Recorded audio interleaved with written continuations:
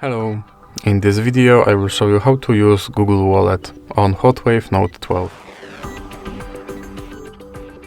So you have to start with opening your Google Wallet, and here you can add a credit card to your wallet, or you can click on your profile icon, and here you can tap to set up your quick access pay, or you can also go to and check participating bank lists, or you can go to your password manager,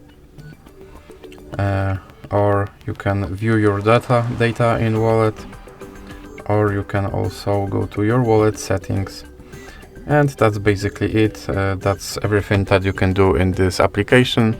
So that's it for this video. If you liked it, please remember to leave like and subscribe.